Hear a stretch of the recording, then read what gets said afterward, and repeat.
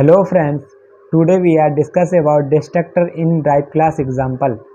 हमने इससे पिछले वाले वीडियो में डिस्कस किया कि डिस्ट्रक्टर इन ड्राइव क्लास क्या होता है और हमने डेफिनेशन और इसके सिंटैक्स के बारे में भी पिछले वीडियो में डिस्कस किया है।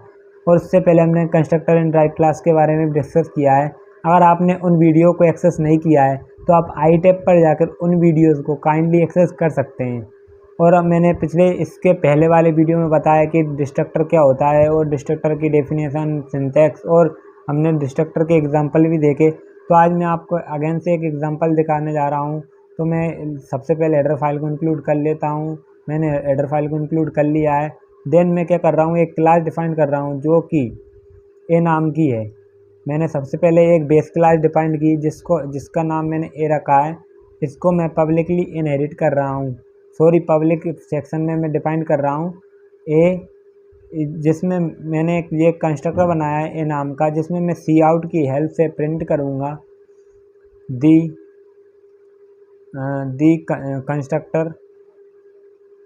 Constructor the class A constructor called the class A constructor called को मैं प्रिंट करूँगा, जिससे कि मुझे पता लग जाएगा कि कौन सी क्लास का कंस्ट्रक्टर प्रिंट हो रहा है, the class A constructor called. तो इससे हम पता लगा लेंगे कि हमारा कौन सा सिंटैक्स रन होता है। तो इस प्रकार हम यहाँ पे लिख देंगे। इसके बाद मैंने क्या किया है, इसका एक डिस्ट्रक्टर बनाया है। तो मैं इसको कॉपी कर लेता हूँ, देन पेस्ट कर देता हूँ। इसको मैंने कॉपी किया है, देन पेस्ट कर दिया। तो इसमें मैंने क्या किया, इसको मैं एक डिस्ट्रक्टर बना रहा हूँ। डिस्ट्रक्टर क्या होता है, क्लास के नेम जैसा सेम होता है, बट इसमें टिल्डे सिंबल का यूज़ करते हैं। इसे हम डिस्ट्रक्टर कहते हैं। इसको मैं चेंज कर दूंगा, डिस्ट्रक्टर कर दूंगा। इसको मैंने डिस्ट्रक्टर कर दिया। तो मतलब सबसे पहले मैंने क्या किया, एक बेस क्लास डिफाइन किए जिसका नाम मैंने ए रखा है, जिसमें मैंने पब्लिक सेक्शन में मैंने एक कंस्ट्रक्टर डिफाइंड किया है। इस कंस्ट्रक्टर में मैंने सी आउट की ऐसे the class A constructor called. Then इसके बाद मैंने टिल्डे सिंबल का यूज़ करके मैंने डिस्ट्रक्टर प्रिंट किया है, जिसमें मैं एंडल का यूज़ करके इसमें मैं मल्टीपल कर्सर फंक्शनलिटी भी यूज़ कर सकता हूँ। अगर आप VS कोड में हैं तो आप मल्टी कर्सर भी बना सकते हैं। इससे मैंने एंडल को लिख दिया है। फिर मैंने इसको क्लास को सेमीकोलन से बंद किया है। देन मैं क्या करूँगा, अगेन से एक और मैं क्लास डिफाइन करूँगा। तो मैं इसी क्लास को मैं कॉपी कर लेता हूँ एज इट इज़। तो मैंने इसको कॉपी किया, देन इसको पेस्ट किया। इसमें मैं क्या कर रहा हूँ कि जो मैं एक क्लास बनाऊँगा जो हमारी एक ड्राइव क्लास होगी, जो कि बी नाम की होगी, जिसको मैं प्राइवेटली इनहेरिट कर रहा हूँ किससे, ए क्लास से। अब इसमें मैं क्या करूँगा, इस मल्टी कर्सनल फंक्शनलिटी से मैं इसमें बी कर दूँगा यहाँ पे, क्योंकि हमारी ड्राइव क्लास बी है। इससे मैं बी कर दूँगा। ये हमारा VS कोड में एक्सटेंशन होती है, जिससे कि हम मल्टी कर्सर्स को बना सकते हैं। एक साथ हम कई जगहों पर लिख सकते हैं। जितना हम माउस से क्लिक करते हैं उतने हमारे कर्सर बन जाते हैं। और हम क्या करेंगे, हमने जैसे इसको प्राइवेटली इनहेरिट किया, देन हम क्या करेंगे, इसको एक और क्लास बनाएंगे। इसको भी मैं कॉपी कर लेता हूँ, इसको मैं पेस्ट कर देता हूँ। मैंने एक और क्लास बनाई जिसका नाम मैं सी रख रहा हूँ। इसको भी मैं इनहेरिट करूँगा किससे, एक क्लास से, लेकिन यहाँ पे मैं क्या कर दूँगा, सी। जैसे मुझे जहाँ सी चाहिए यहाँ सी चाहिए, तो मैंने इसको सी कर दिया। तो मैंने क्या किया, एक क्लास बनाई जो कि बेस है। इससे मैंने ड्राइव कर बी क्लास बनाई, देन मैंने सी क्लास बनाई। दोनों को मैंने बेस क्लास से इनहेरिट कर दिया है। यहाँ भी मैं सी करूँगा। इसमें कैपिटल सी आएंगे, मैंने सारे स्मॉल सी बना दिए। तो मैं इसको चेंज कर लेता हूँ। ये कैपिटल सी है तो कैपिटल कर देते हैं इनको। मैं कर देता हूँ कैपिटल सी। तो ये हमारे कंस्ट्रक्टर और डिस्ट्रक्टर डिफाइंड हो गए हैं। और हम क्या कर रहे हैं, अब हम एक और क्लास बनाएंगे जो कि ड्राइव करेगी बी और सी को। तो हमने सबसे पहले एक क्लास बनाई है जिसका नाम मैं डी रखूँगा, जिसमें कोलन लगा के मैं बी कोमा सी को इनहेरिट करूँगा या ड्राइव करूँगा। इसके बाद मैं क्या करूँगा, इसके बाद मैं इसमें लिखूँगा पब्लिकली इनहेरिट करूँगा, सॉरी पब्लिक सेक्शन डिफाइन करूँगा, जिसमें पब्लिक सेक्शन में मैं लिखूँगा डी, मतलब डी क्लास का कंस्ट्रक्टर बनाएंगे जिसमें मैं सी आउट की हेल्प से लिख दूंगा द क्लास डी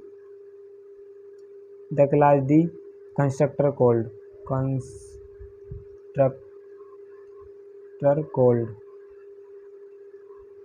तो मैंने क्या लिख दिया, the class D constructor call endl for new line.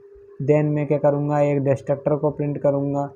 इसको मैं कॉपी कर लेता हूँ, इसको मैंने किया copy and then paste, and मैं इसमें टिल्डे सिंबल का यूज़ करूँगा। टिल्डे सिंबल का यूज़ करके मैं यहाँ पे क्या लिख दूँगा, डिस्ट्रक्टर। तो मैंने एक ड्राइव क्लास बनाई है जो कि डी नाम की है, जिसको मैंने बी और सी जो कि हमारी ड्राइव क्लास थी ऊपर, उनको मैंने इनहेरिट किया है डी से। अब मैं क्या कर रहा हूँ, यहाँ पे पहले सेमीकोलन लगाऊंगा जिससे कि हमारी क्लासेस को हम जब भी बंद करते हैं तो सेमीकोलन से बंद करते हैं with the help of curly bracket. Then D नाम का मैंने ड्राइव क्लास बनाई जिसका मैं ऑब्जेक्ट डी बना रहा हूँ। देन मैंने ए नाम की एक ड्राइव क्लास बनाई जिसका ऑब्जेक्ट मैं ए बना रहा हूँ। देन मैंने क्या किया, देन मैं कर रहा हूँ कि सी नाम की जो ऑब्जेक्ट क्लास बनाई थी उसका भी मैं ऑब्जेक्ट बना रहा हूँ। इसके बाद रिटर्न 0, सक्सेसफुल प्रोग्राम हमारा रन हो गया है। अब हम देख सकते हैं कि मैंने सबसे पहले क्या किया कि क्लास ए डिफाइंड की, जो कि एक क्या है, बेस क्लास है। यहाँ पे मैं लिख भी देता हूँ यहाँ, जिससे कि आपको क्लियर हो जाएगा। क्लास यहाँ पे मैं लिख देता हूँ कमेंट करके, दी बेस क्लास।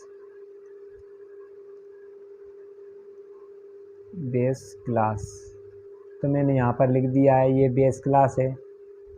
तो ये हमारी ड्राइव क्लास है, ये हमारी ड्राइव क्लास है, ये भी ड्राइव क्लास है। तो हमने क्या किया है, सबसे पहले एक बेस क्लास डिफाइन की, उसमें एक कंस्ट्रक्टर और डिस्ट्रक्टर बनाया है, और हम दोनों को सी आउट करके constructor called and destructor called को प्रिंट किया है। देन मैंने इससे इनहेरिट कर एक मैंने बी नाम की ड्राइव क्लास बनाई है, जिसमें मैंने सेम कंस्ट्रक्टर एंड डिस्ट्रक्टर को प्रिंट किया है। देन मैंने सी एक ड्राइव क्लास बनाई जिसमें भी मैंने सेम, इसको भी मैंने ए से इनहेरिट किया है, इसमें भी सेम मैंने कंस्ट्रक्टर डिस्ट्रक्टर डिफाइन किए हैं।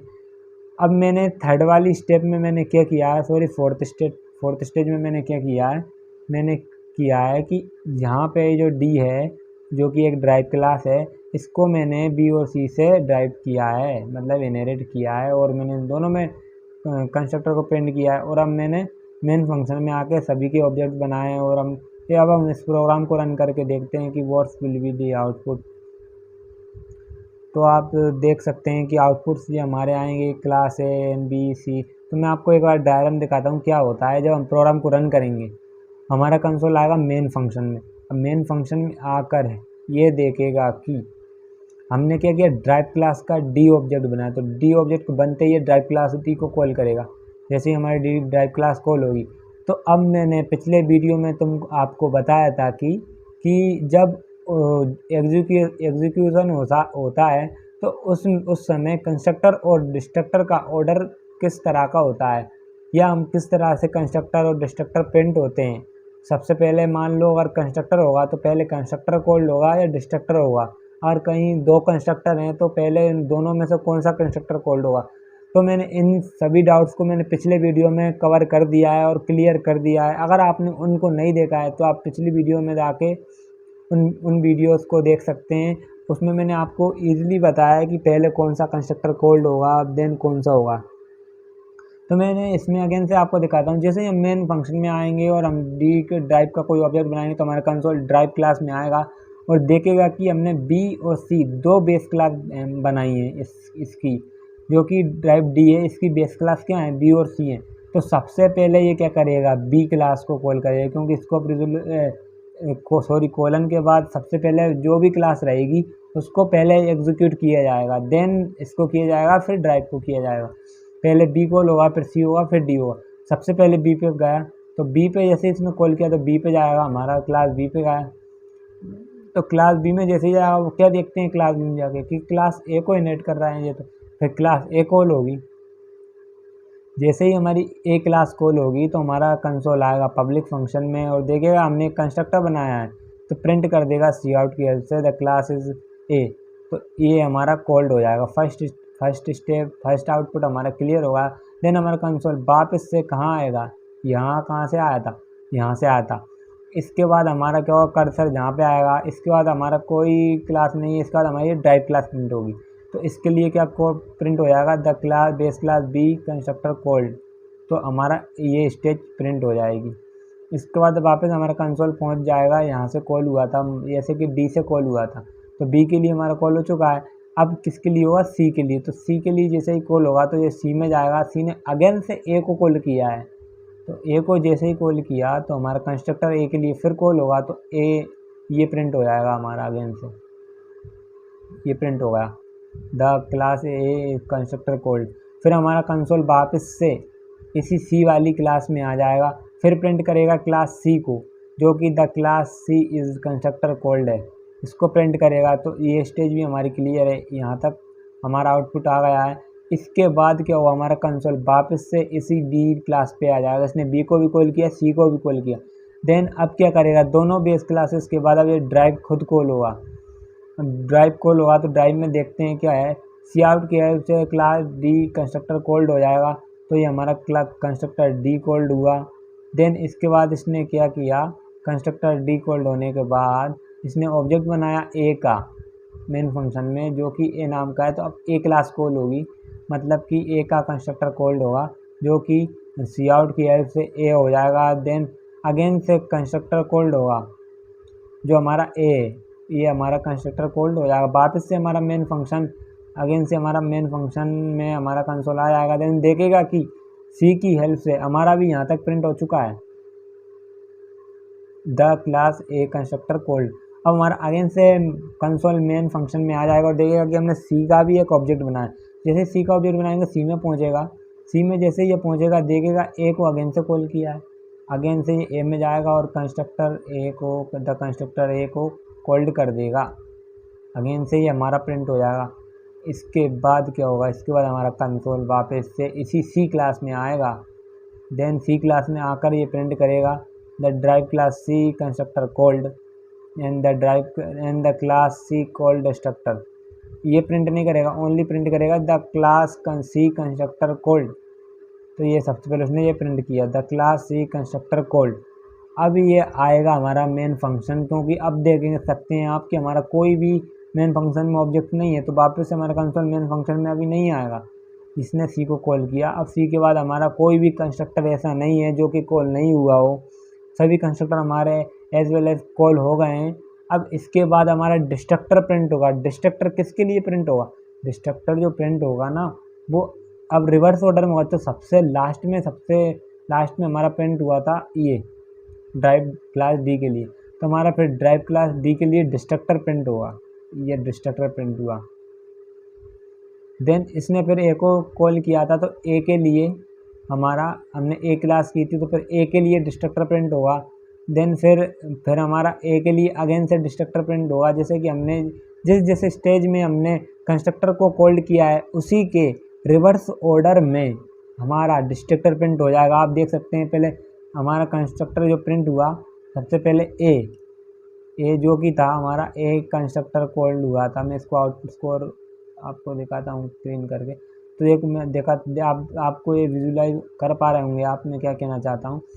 मैंने किया यहाँ पे सबसे पहले मेरा कंस्ट्रक्टर कॉल्ड हुआ, तो कंस्ट्रक्टर कॉल्ड होने के बाद तुरंत मेरे सारे ये डिस्ट्रक्टर प्रिंट हो जाएंगे, वो भी रिवर्स ऑर्डर में प्रिंट होंगे। तो ये हमारे कंस्ट्रक्टर प्रिंट हुए थे क्या क्या, जैसे A B A C D A और हमारे सी तक कंस्ट्रक्टर प्रिंट हुए। अब यहीं से आप देख सकते हैं सी के बाद अगेन से सी आया, फिर ये ए आया ये वाला, फिर ए के बाद ए आया, फिर डी सी ए बी ए, ये रिवर्स ऑर्डर में जा रहा है। इसके आप रिवर्स ऑर्डर इधर से देखो और इधर से देखो तो आप रिवर्स ऑर्डर दिखाई देगा, मतलब ए बी ए। तो मतलब डिस्ट्रक्टर जिस स्टेज से हमने कंस्ट्रक्टर को प्रिंट किया है उसी स्टेज में, उसी सिंटैक्स में या उसी मेथड से हमारा रिवर्स ऑर्डर में डिस्ट्रक्टर प्रिंट होगा और मेमोरी को डीएलोकेट करता रहता है। मतलब कि डिस्ट्रक्टर क्या करता है, जब कंस्ट्रक्टर जब कोई क्लास का ऑब्जेक्ट बनाता है और या फिर उसकी मेमोरी एलोकेट करता है तो डिस्ट्रक्टर उसी मेमोरी को डीएलोकेट करता है या डिलीट करता है, लेकिन रिवर्स ऑर्डर में करेगा। ठीक है, तो इस प्रकार हम प्रोग्राम को इम्प्लीमेंट कर सकते हैं with the help of constructor in drive class और डिस्ट्रक्टर इन ड्राइव क्लास। हमने इस वीडियो में कवर किया कि डिस्ट्रक्टर क्या होता है और डिस्ट्रक्टर को किस प्रकार डिफाइन करते हैं। और अगर आपको ये वीडियो अच्छा लगा तो प्लीज़ लाइक करें, सब्सक्राइब करें एंड शेयर करें अपने WhatsApp group, Facebook group, Insta group. तो आप सभी में मेरी वीडियोस को शेयर करें and subscribe my YouTube channel. Thank you for watching this video guys, bye bye.